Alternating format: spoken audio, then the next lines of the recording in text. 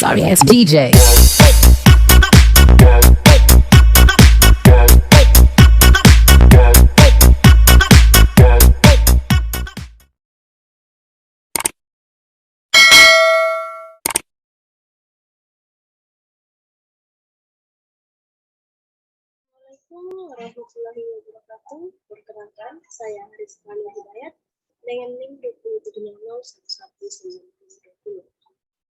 Kali ini kita akan mempraktikkan atau mencontohkan model pembelajaran Jigsaw. Jadi sebelum itu kita bahas terlebih dahulu apa itu pembelajaran Jigsaw.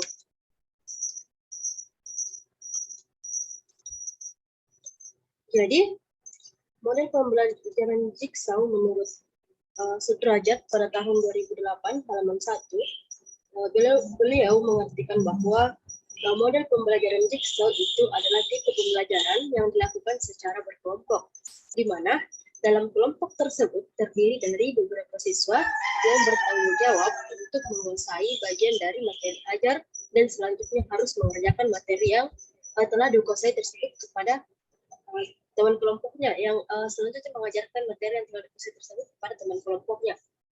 Jadi di sini siswa dibagi menjadi beberapa kelompok, kemudian kelompok itu setiap anggotanya mempelajari setiap materi yang berbeda, kemudian nanti mengajarkan kembali ke teman kelompok yang lain. Jadi langsung saja kita masuk ke langkah-langkah dari model pembelajaran Jigsaw ini. Yang pertama yaitu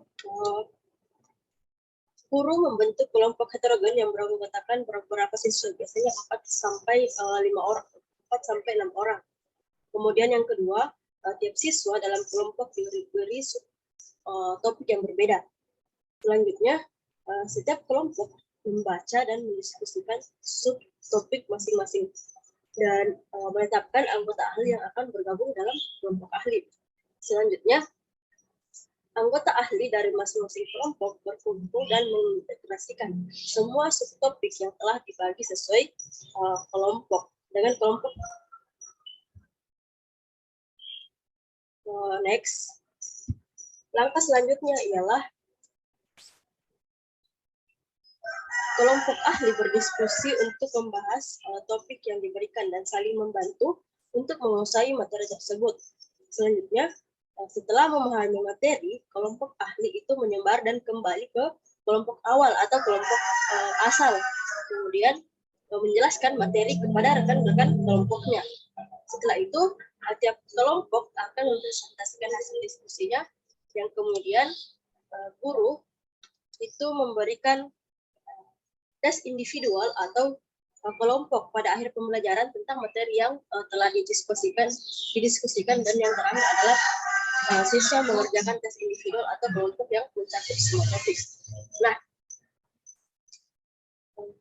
tanpa menunda waktu langsung saja kita ke simulasi model pembelajaran Jigsaw.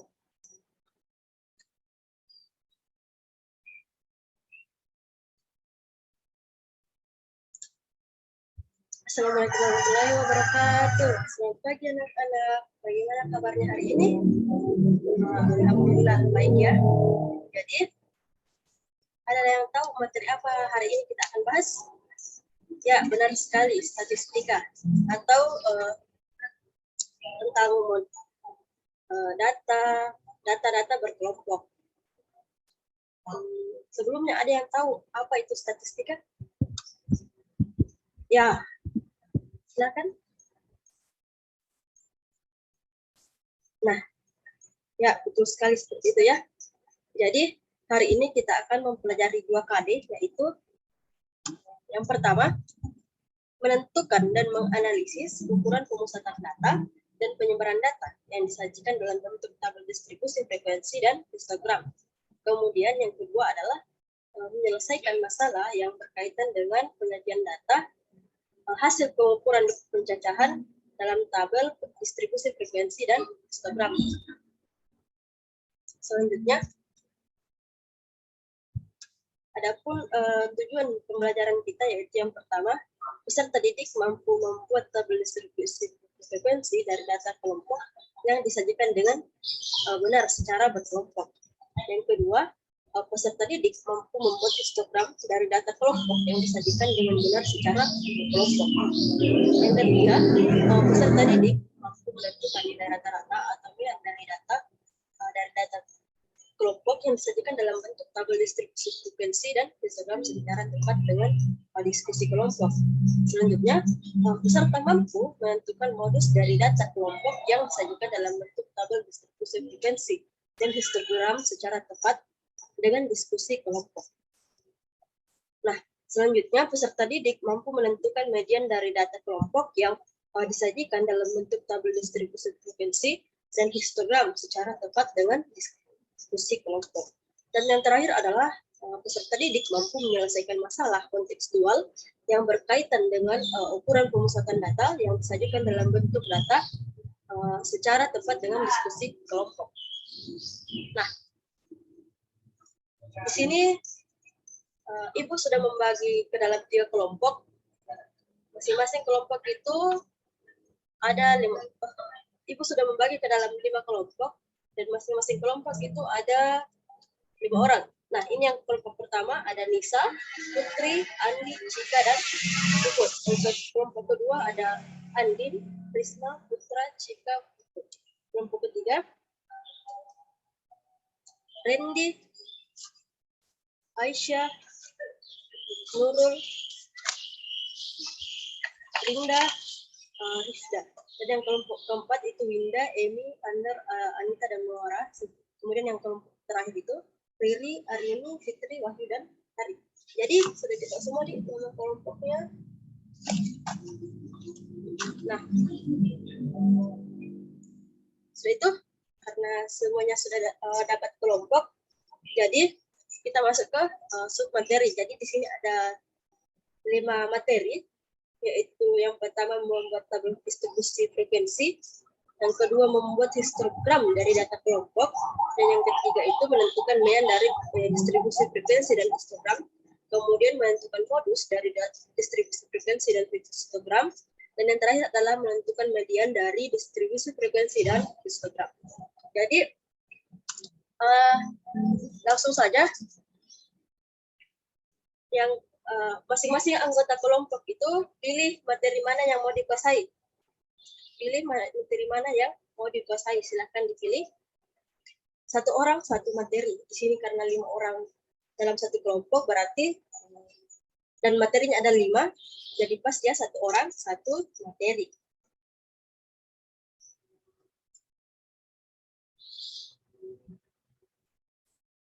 Nah, sudah selesai. Selanjutnya yang membuat tabel distribusi frekuensi ya yang mana? Ya, silakan berkumpul di sebelah kiri saya. Kemudian yang membuat histogram dari data kelompok ada 5 orang dari masing-masing kelompok, silakan di belakang sana. Kemudian yang menentukan median dari distribusi frekuensi dan histogram di sini di depan saya. Kemudian yang menentukan modus dari distribusi frekuensi dan histogram silakan di sudut sini. Dan yang terakhir adalah menentukan median dari distribusi frekuensi dan histogram silakan di samping kanan saya. Nah, semuanya sudah berkumpul dengan masing-masing teman yang ingin materi yang sama yang mereka pilih ya. Jadi silakan dipelajari. Mulai dari tabel distribusi frekuensi, membuat histogram dari data kelompok, menentukan median dari distribusi frekuensi dan histogram, kemudian menentukan modus dari distribusi frekuensi. Sudah?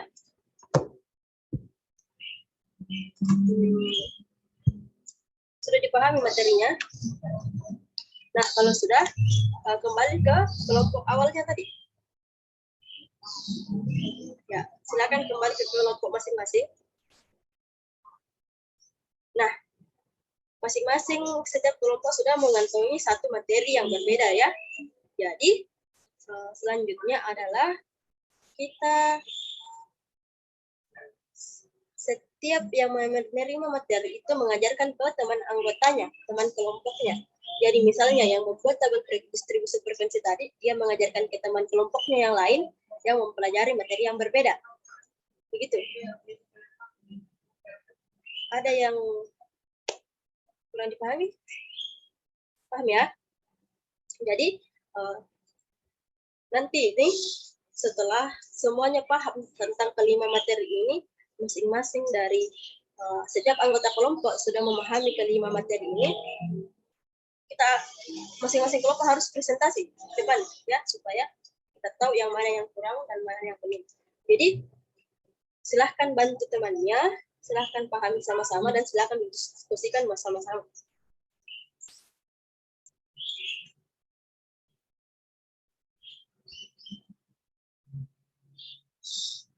Bagaimana? Sudah semua paham?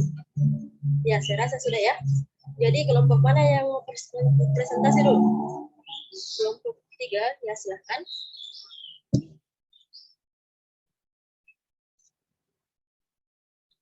Ya, bagus sekali ya. Selanjutnya kelompok 2. Silahkan.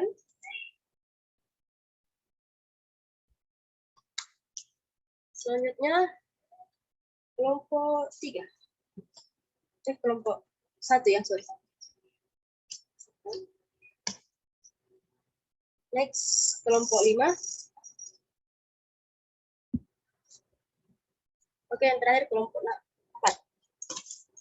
Ya, semuanya sudah presentasi ya, dan saya rasa semuanya sudah paham mengenai apa yang ingin kita capai hari ini. Jadi, semuanya sudah paham cara membuat distribusi frekuensi, membuat histogram, kemudian bentukan modus, dan kemudian dari distribusi frekuensi dan histogram. Dan terakhir, Ibu akan memberikan soal. Di sini dikerjakan secara berkelompok mengenai 5 materi yang telah kita bahas sebelumnya. Nah, ini dia soalnya. Berikut merupakan nilai dari 25 para siswa kelas 7A SMP Negeri 1 Berau, di mana nilainya adalah sebagai berikut. Nah, soalnya adalah dari data di atas, maka selesaikan semua soal berikut. Yang pertama, ubah data di atas ke dalam bentuk tabel distribusi frekuensi data berkelompok. Paham ya? Kemudian buatlah histogram dari data kelompok yang sudah dibuat. Jadi kan tadi yang pertama itu kita sudah membuat distribusi frekuensi data kelompok. Nah, distribusi frekuensi data kelompok ini kita kemudian buat dalam bentuk histogram. Nah, setelah itu bagian C itu kita cari meannya dari apa yang sudah dibuat dari A dan B, kemudian di D itu mencari modus, dan yang terakhir mencari mean. Paham ya? Nah, ini tugasnya, silahkan dikerjakan.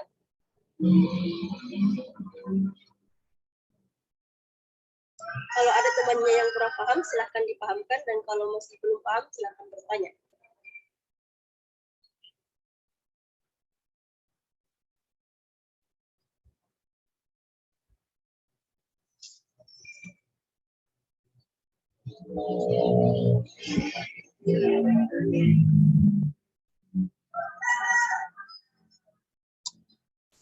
Oke. Karena waktu juga sudah habis, bagaimana soalnya? Sudah dikerjakan semua? Ya, belum ya. Jadi minggu depan saya periksa kembali ya soalnya. Sekian dari saya, kurang dan lebihnya mohon dimaafkan. Wassalamualaikum warahmatullahi wabarakatuh.